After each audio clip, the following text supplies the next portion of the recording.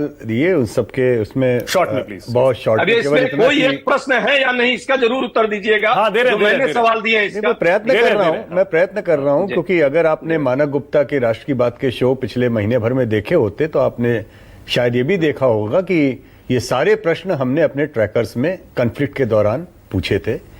ये भी उसमें सामने आया था कि बहुतायत में लोग जो बंद हुआ युद्ध जिस तरीके से उसको लेकर के खासे नाराज थे। बड़ी तादाद में उनसे भाजपा के लोग नाराज थे। सुरक्षा बलों में, सुरक्षा की व्यवस्था में जो चूक हुई उससे लोग नाराज थे। तो अजय जी, पहली बात तो आप थोड़ा सा मानक जी के कार्यक्रम ज्यादा देखा कीजिए।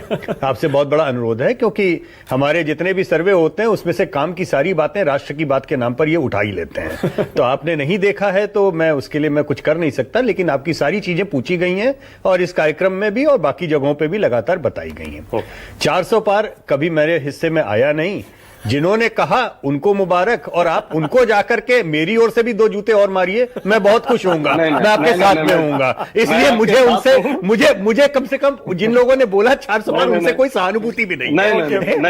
प्रदीप भंडारी बहुत सारे दिए। प्रदीप, आपकी बारी है, बोलिए। सर्वे है प्रदीप